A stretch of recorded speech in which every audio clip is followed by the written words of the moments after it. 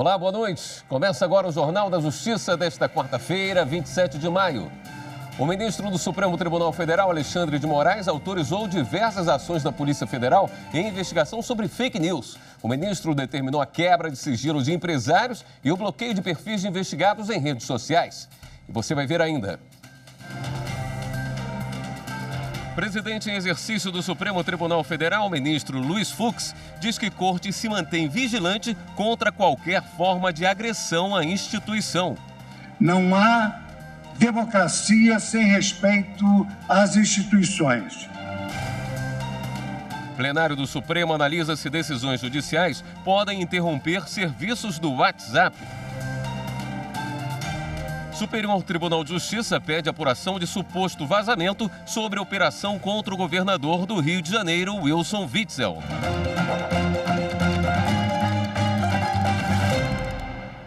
A Polícia Federal fez buscas e apreensões hoje contra suspeitos de envolvimento na produção de notícias falsas, as chamadas fake news, e também de fazer ameaças a ministros do Supremo Tribunal Federal.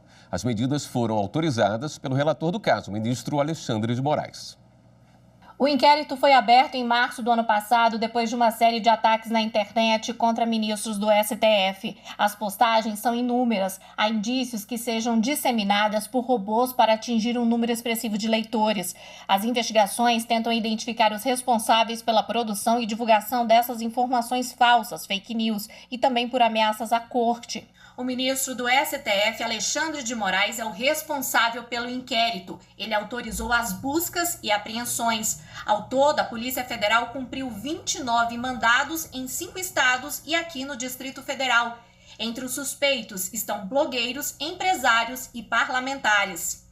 Alexandre de Moraes determinou a apreensão de computadores, celulares e outros dispositivos eletrônicos em poder de Alan Lopes dos Santos, Bernardo Pires, Edson Pires Salomão, Eduardo Fabris Portela, Enzo Leonardo Suzy Moment, Marcelo Stachin, Marcos Domingues Belízia, Rafael Moreno, Paulo Gonçalves Bezerra, Rodrigo Barbosa Ribeiro, Sara Fernanda Giromini, Edgar Gomes Corona, Luciano Heng, Otávio Oscar, Reinaldo Bianchi Júnior e Winston Rodrigues Lima. Também determinou o bloqueio de contas em redes sociais como Facebook, Twitter e Instagram dos investigados. O relator determinou ainda a quebra dos sigilos bancário fiscal dos empresários Edgar Gomes Corona, Luciano Heng, Reinaldo Bianchi Júnior e Winston Rodrigues Lima, entre julho de 2018 e abril deste ano. Parlamentares não foram alvos de mandados, mas 8 deputados deverão ser ouvidos no inquérito em 10 dias.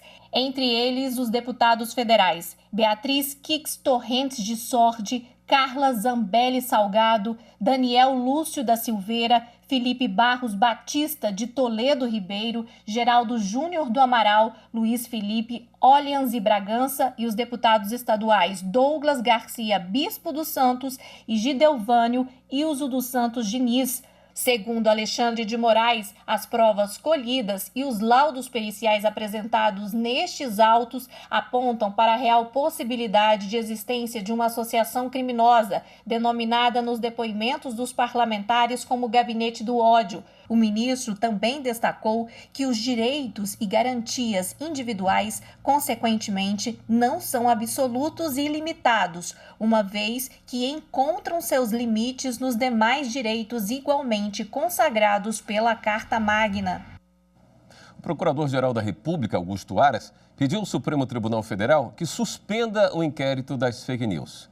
O pedido da Procuradoria-Geral foi apresentado em ação da Rede Sustentabilidade e pede que o plenário do Supremo estabeleça primeiro os parâmetros para a investigação. O relator do caso é o ministro Edson Fachin. O plenário do Supremo Tribunal Federal se reuniu nesta quarta-feira para mais uma sessão por videoconferência. Por causa da licença médica do ministro Dias Toffoli, o ministro Luiz Fux assumiu interinamente a presidência da Casa. Na abertura da sessão, ele fez um discurso em defesa da independência do Judiciário e da importância do Supremo como garantidor da Constituição Federal e da democracia. No texto, assinado em conjunto com o ministro Dias Toffoli, o ministro Luiz Fux ainda destacou o trabalho e a dedicação do decano da Corte, o ministro Celso de Mello.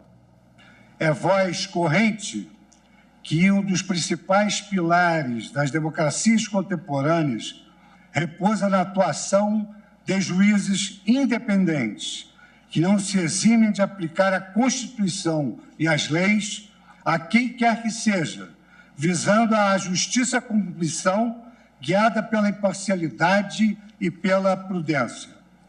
Não há democracia sem respeito às instituições. O império da nossa Constituição, a sustentabilidade de nossa democracia e a garantia das nossas liberdades não haveriam sem um poder judiciário que não hesitasse em contrariar maiorias para a promoção de valores republicanos e para o alcance do bem comum. O Brasil é testemunha de que o Supremo Tribunal Federal, de ontem e de hoje, atua não apenas pela independência de seus juízos, mas também pela prudência de suas decisões, pela construção de uma visão republicana de país e pela busca incansável da harmonia entre os poderes. Seja na prosperidade, seja na crise que ora vivenciamos, este tribunal mantém-se vigilante em prol da rigidez da Constituição e da estabilidade institucional do Brasil. Não é à toa que o Supremo Tribunal Federal, uma instituição centenária, revelou-se essencial ao regular funcionamento do Estado Democrático de Direito, porquanto guardião máximo da Constituição e da segurança jurídica. Nesse ponto, eu faço uma especialíssima menção ao nosso decano, ministro Celso de Mello, líder incansável desta Corte na concretização de tantos direitos e garantias fundamentais dos cidadãos brasileiros. Se hoje podemos usufruir liberdades e igualdades dos mais diversos tipos, sem nenhuma dúvida, isso se deve, em grande medida, aos mais de 30 anos de judicatura do ministro Celso de Mello. Neste tribunal, Sua Excelência, aguerrido defensor dos valores éticos, morais, republicanos e democráticos, é a um só tempo espectador e artífice da nova democracia erigida em 1988, cuja solidez é o maior legado das presentes e das futuras gerações. Por todos esses motivos, esta Corte mantém-se vigilante contra qualquer forma de agressão à instituição, na medida em que ofendê-la representa notório desprezo pela democracia. Certamente, o espírito democrático requer diálogos entre diferentes, para que todos possamos conviver como iguais em nossa diversidade de valores e sempre sob tolerância recíproca. Imbuído desta ponderação, este Supremo Tribunal Federal, no exercício do seu nobre mistério constitucional, trabalha para que onde houver hostilidade, construa-se respeito. Onde houver fragmentação, construa-se diálogo. E onde houver antagonismo, estimula-se a cooperação e a harmonia. Nós, do Supremo, estamos aqui, trabalhamos e existimos pelo povo brasileiro. Na sequência, os ministros começaram a analisar dois processos. Um deles sobre a suspensão judicial de aplicativo de mensagens. O outro questionava pontos específicos do Marco Civil da Internet. Repórter Leandro de Souza traz os detalhes. No julgamento conjunto, os ministros iniciaram a análise de ação do Partido Popular Socialista, questionando duas ordens judiciais, uma delas a decisão da Vara Criminal de Lagarto, em Sergipe, que suspendeu o aplicativo de mensagens WhatsApp em todo o país, em 2016. O ministro Ricardo Lewandowski deferiu liminar no recesso forense em 19 de julho de 2016 e restabeleceu o serviço do aplicativo, afastando a decisão judicial. Os ministros iniciaram também o julgamento da ação direta de inconstitucionalidade que discute os dispositivos da lei conhecida como Marco Civil da Internet. De autoria do PR, atual Partido Liberal, a ação questiona se a suspensão dos serviços ofende os princípios constitucionais da livre comunicação, iniciativa, concorrência e proporcionalidade. A liberdade de expressão justifica-se na autonomia do indivíduo de se apresentar ao mundo por gestos e palavras e ser respeitado por suas opiniões e manifestações. Trata-se de uma questão de autorrealização pessoal. Os aplicativos de comunicação nesse sentido e as redes sociais talvez sejam atualmente a principal via que as pessoas possuem para se autodefinirem, para se expressarem. O advogado do aplicativo WhatsApp lembrou que as novas tecnologias mudaram a comunicação na sociedade.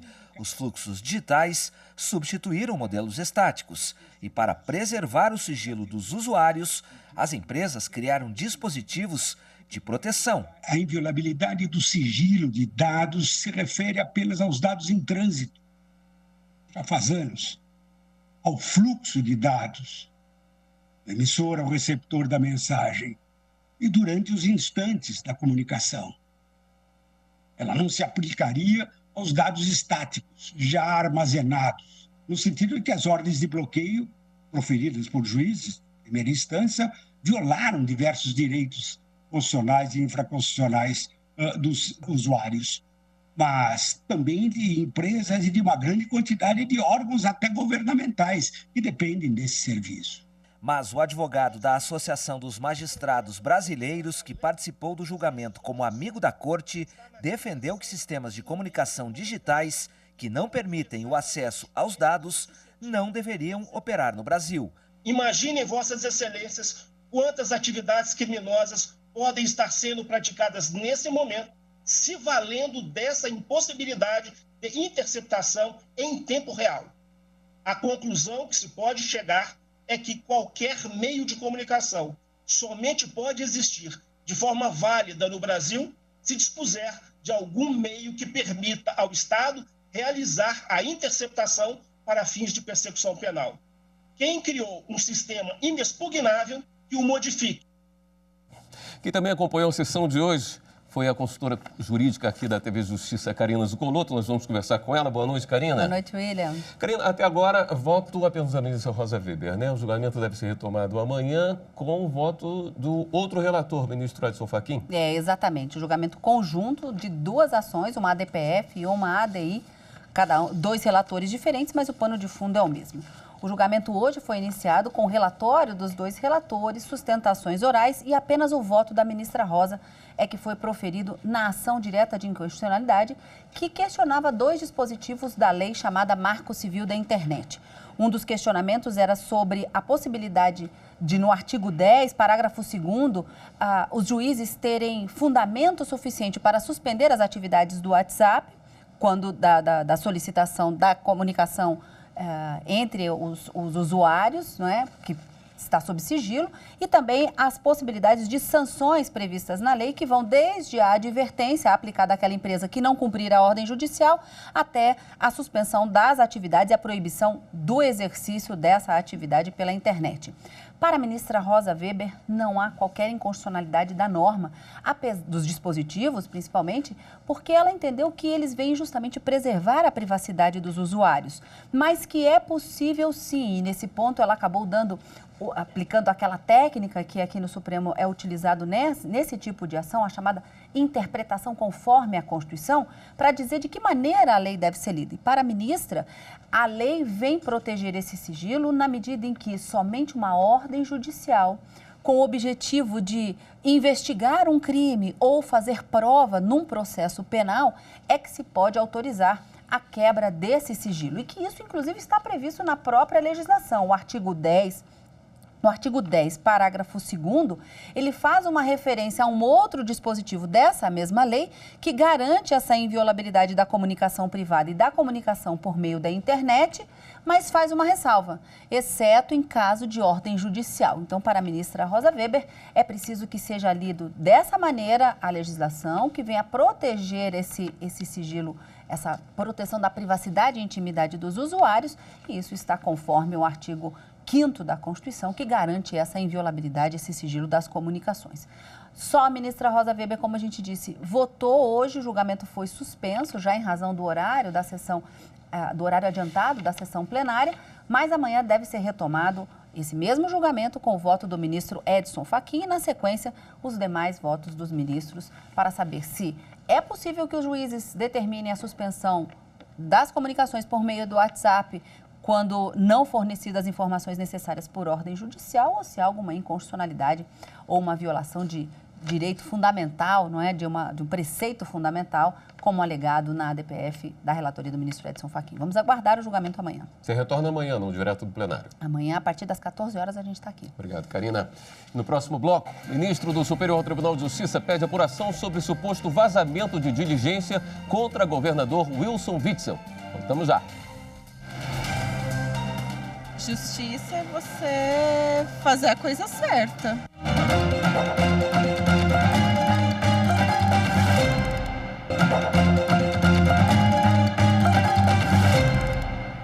O ministro do Superior Tribunal de Justiça, Benedito Gonçalves, pediu a investigação de suposto vazamento de ação da Polícia Federal contra o governador do Rio de Janeiro, Wilson Witzel. O ministro Benedito Gonçalves solicitou ao Ministério Público Federal a apuração sobre suposto vazamento de diligências de busca e apreensão realizadas no Rio de Janeiro nesta terça-feira.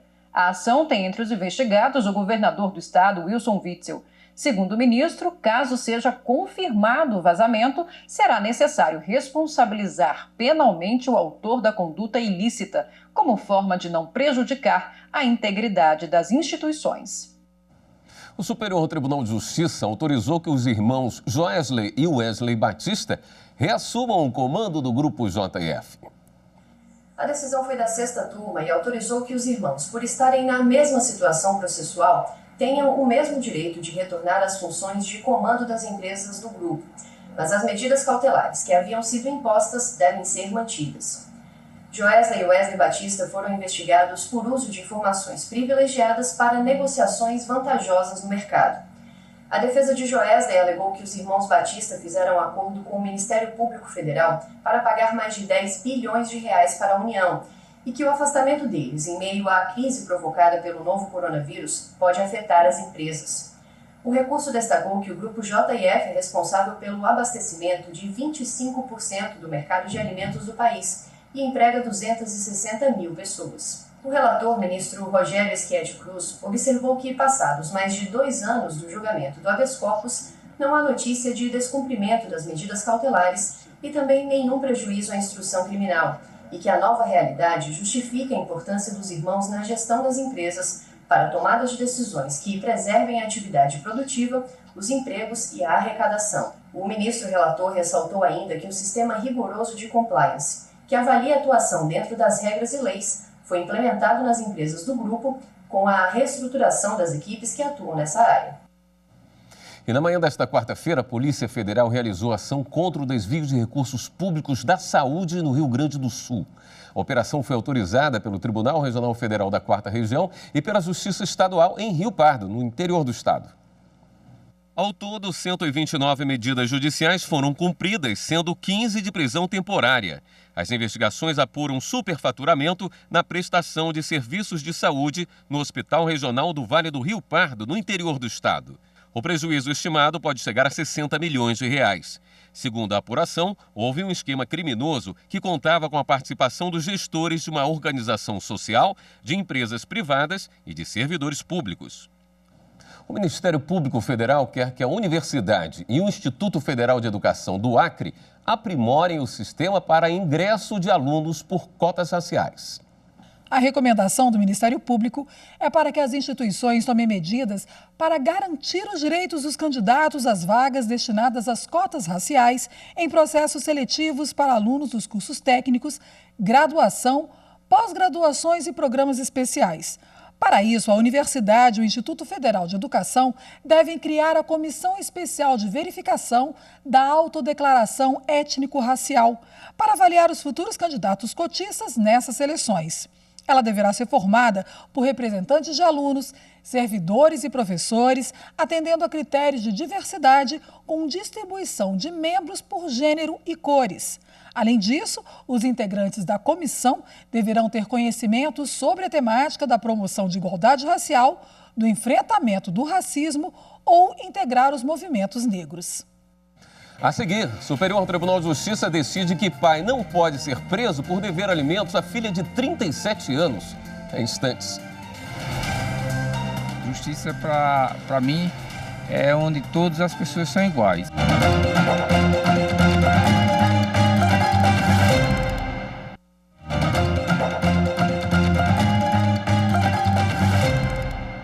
Ministros da 4ª Turma do Superior Tribunal de Justiça decidem que pai idoso não poderá ser preso por dever alimentos à filha de 37 anos que exerce atividade profissional. De acordo com o processo, em 2011 foi feito um acordo extrajudicial para suspender o pagamento da pensão, porque o pai não podia mais suportar o encargo. A filha, à época com 29 anos, já trabalhava. Em 2016, o pai ajuizou ação de exoneração de alimentos, na qual a filha afirmou que, de fato, não tinha mais interesse no recebimento da pensão. Apesar disso, no mesmo ano, ela entrou com um pedido de cumprimento de sentença de alimentos. Alegou que concordava em desonerar o pai da obrigação, mas queria cobrar a dívida alimentícia anterior. O juiz determinou a prisão civil do pai, decisão mantida pelo Tribunal de Justiça de Minas Gerais. No STJ, a ministra Isabel Galotti, relatora do pedido de habeas corpus do pai, destacou que a filha, na ação, admitiu não precisar dos alimentos, pois era financeiramente independente. Por isso, foi aplicada a jurisprudência do STJ no sentido que a prisão só é determinada quando há a atualidade da dívida, a urgência e a necessidade do recebimento da prestação alimentícia. Ao conceder o habeas corpus, a ministra destacou não ter pertinência à prisão de uma pessoa idosa de 77 anos para o pagamento de valores dos quais, comprovadamente, não necessita a beneficiária dos alimentos. O Superior Tribunal de Justiça decide que seguro-garantia deve ser aceito como dinheiro, independentemente da penhora anterior. Os ministros julgaram um recurso especial após o Tribunal de Justiça de São Paulo não ter aceitado como garantia do juízo uma apólice de seguro apresentada pelo banco devedor. O tribunal considerou que a lei dá preferência à penhora sobre dinheiro em espécie, depósito bancário ou ainda aplicação financeira, e que a garantia oferecida foi contestada pelo iminente risco de frustração da execução por falta de idoneidade da apólice. Ao recorrer ao STJ, o banco citou julgados anteriores em que foi reconhecido que o seguro-garantia judicial deve ser considerado equivalente à penhora em dinheiro, como prevê o Código de Processo Civil. O relator foi o ministro Vilas Boas Cueva, que explicou que, embora a legislação preveja a possibilidade da penhora ser substituída por fiança bancária ou por seguro-garantia judicial, a interpretação não pode se restringir à ideia de que houve penhora anterior de outro bem. Quanto à validade da apólice, o relator destacou que, de acordo com a regulamentação do órgão de controle e fiscalização dos mercados de seguro, se a cobertura não for renovada no prazo adequado, o sinistro estará caracterizado e pode haver execução contra a seguradora. Assim, a 3ª Turma determinou o retorno dos autos à primeira instância para que seja reavaliado o recebimento da garantia oferecida. Um ex-empregado da Companhia Energética do Piauí conseguiu na Justiça a manutenção do plano de saúde, mesmo depois de aderir ao programa de dispensa incentivada da empresa. O valor do plano, no entanto, deverá ser pago integralmente pelo aposentado. O aposentado que ajuizou a ação trabalhou por mais de 40 anos na Cepisa e rescindiu o contrato por meio do programa de dispensa incentivada que previa o encerramento do plano de saúde. O juízo de primeiro grau negou o pedido de restabelecimento do benefício pelo ex-empregado. No entanto, o Tribunal Regional do Trabalho da 22ª Região, no Piauí, decidiu que o plano poderia ser mantido se o ex-empregado arcasse integralmente com os custos. A empresa recorreu e o caso chegou à 4ª turma do Tribunal Superior do Trabalho. O relator, ministro Caputo Bastos, observou que a decisão do TRT segue a lei e a jurisprudência do TST. O ministro citou os artigos 30 e 31 da Lei 9.656 de 1998, que trata dos planos e seguros privados de saúde.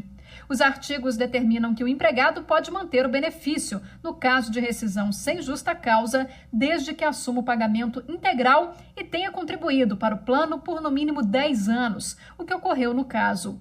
O relator ressaltou ainda que é irrelevante a adesão por parte do ex-empregado ao programa de dispensa incentivada.